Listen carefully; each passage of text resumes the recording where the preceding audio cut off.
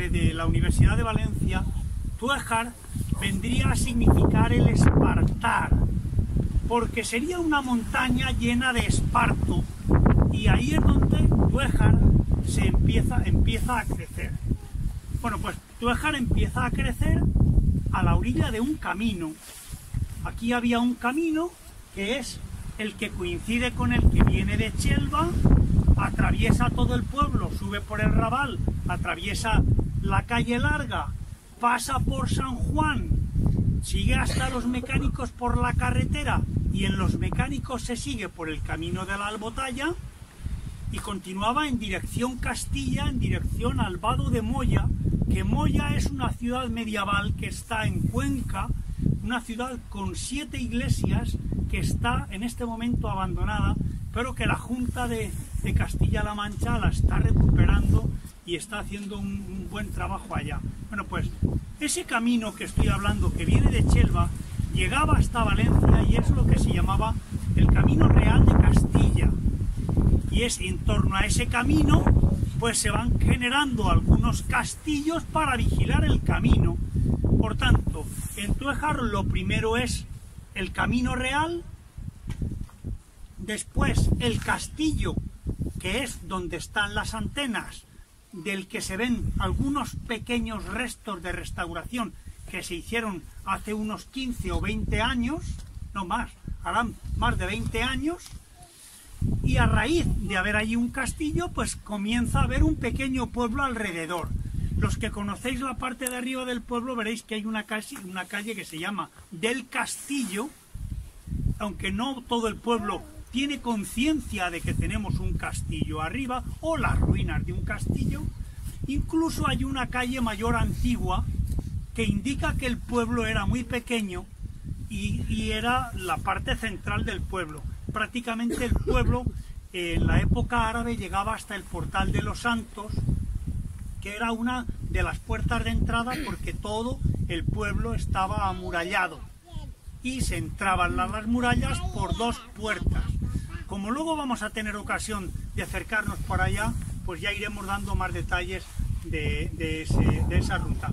Completar que este Camino Real de Castilla, donde está el Callejón de los Secanos, empezaba el camino de Teruel, y ese camino continuaba hacia el puente y por el puente hacia Teruel.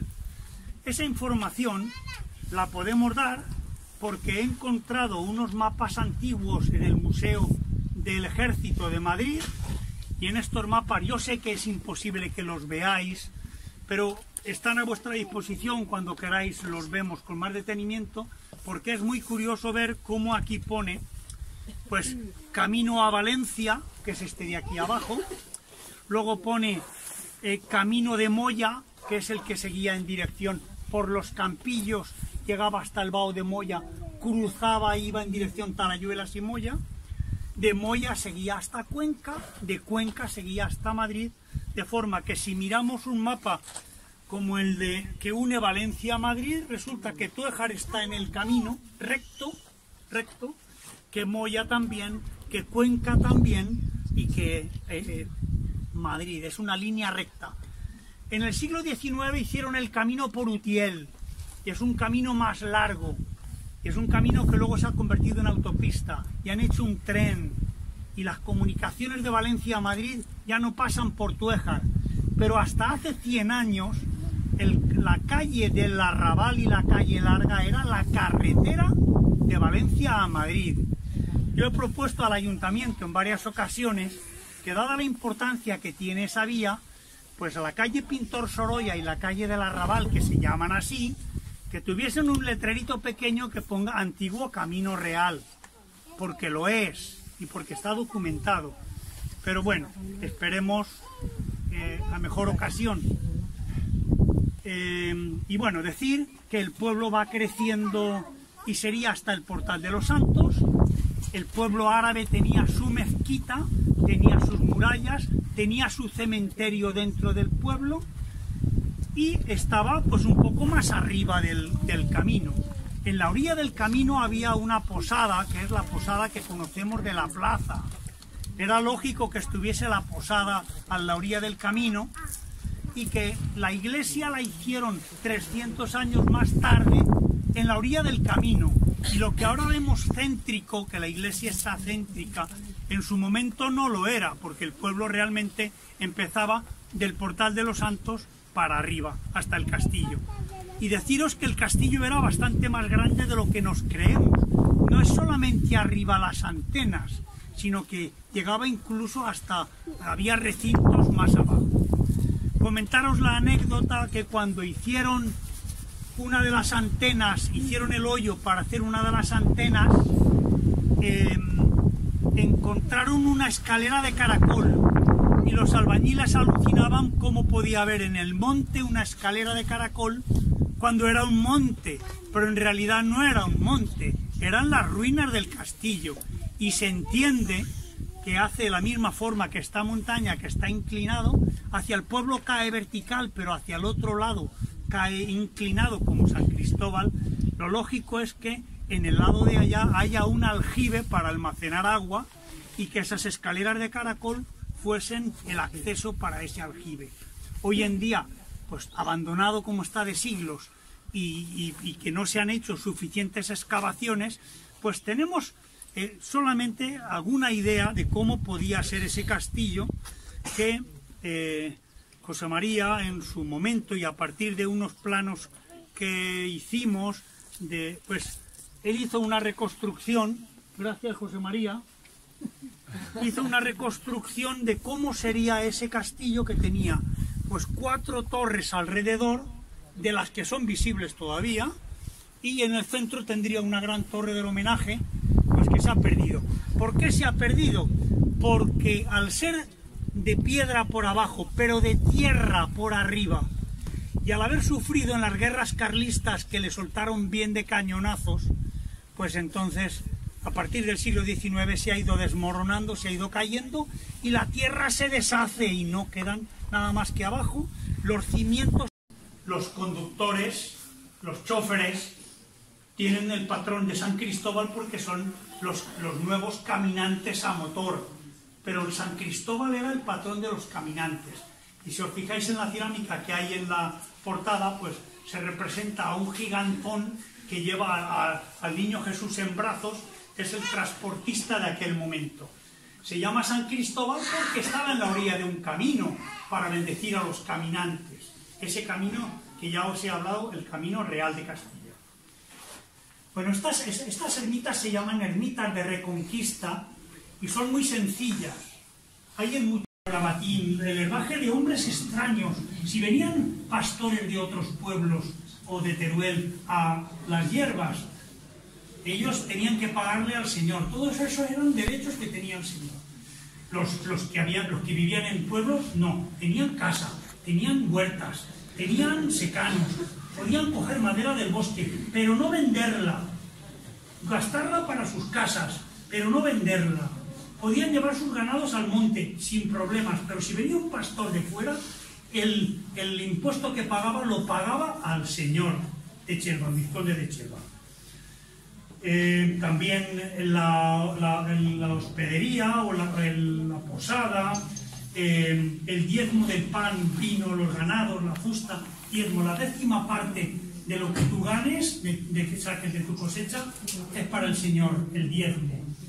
En fin, una serie de cosas que eso es lo que marca un poco las condiciones de vida de la gente que tenía que vivir aquí. Entonces, otro da derecho a tener justicia. La señora feudal dice, pues os voy a poner un juez para que haya orden en tu ejar. También un almotaraz, que el almotaraz era el que controlaba los mercados. Los mercados era el que controlaba que los puestos tuvieran buena mercancía para vender y que lo que pesaban se correspondiera con las medidas legales, que no pusieran pesos falsos. Hoy un kilo es un kilo aquí y en todas partes, pero entonces las libras, las varas, todo eran medidas un poco raras. Y también dio partidores y quiñoneros. Los partidores eran los que repartían la tierra y decían, pues a este señor le damos en la albotalla y a esta señora le damos en el atajo. Y aquí le hemos dado 3 hectáreas aquí, pues a vosotros os damos 2. Y esos repartidores y quiñoneros. ¿Habéis oído hablar de los quiñones? Los quiñones es la partida donde está ahora el camping. Se llaman los quiñones, toda la vida se han llamado así. Los quiñones son terrenos que se guarda el señor para sí mismo. No los reparte para nadie, se los queda para sí mismo. Y el boalaje son sitios donde puede pastar el ganado de forma gratuita. Son derechos señoriales. Bueno, pues todo esto de los derechos señoriales, como digo, se acaba en 1811 con las Cortes de Cádiz. Las Cortes de Cádiz dicen, ya está bien de los señoritos vivir a costa del pueblo. Y luego, bastantes años, hasta 1837, en la regencia de María Cristina. Y a partir de ahí, los señores lo que hicieron fue que vendieron los terrenos. Al señor, ¿qué le quedaba aquí? Al vizconde de Chelva, ¿qué le quedaba? No le quedaba nada más que los montes. Y entonces, no recuerdo la fecha bien. Bueno, se hace la donación de los derechos dominicales y Túejar paga 52.000 reales para tener derecho a los montes. Y desde entonces el vizconde y el duque de Villahermosa ya no tienen nada que ver porque lo han vendido todo. Y ese es un poco el principio de nuestros pueblos. Luego vino el problema de por dónde cortar cada pueblo. Tuvieron que hacer las lindes entre Túejar y Chelva, entre Túejar y Quitaguas, porque habían comprado montes en general, pero no se sabía por dónde acababa y dónde. Pero eso ya es el siglo pasado, recientemente. Como veis, la Carta a Puebla es un documento que marca la vida de los tuejanos desde el siglo XIV hasta el siglo XIX. Ahora, afortunadamente, no hay vasallos, todos somos trabajadores, somos libres de quedarnos, de venir, de pagar impuestos. No los pagamos al señor, los pagamos a otros señores. No nos escapamos, pero es otra historia, ¿eh? Es otra historia. Y bueno, pues no quiero cansaros más, igual me he pasado de los 5 minutos, pero bueno, estoy encantado.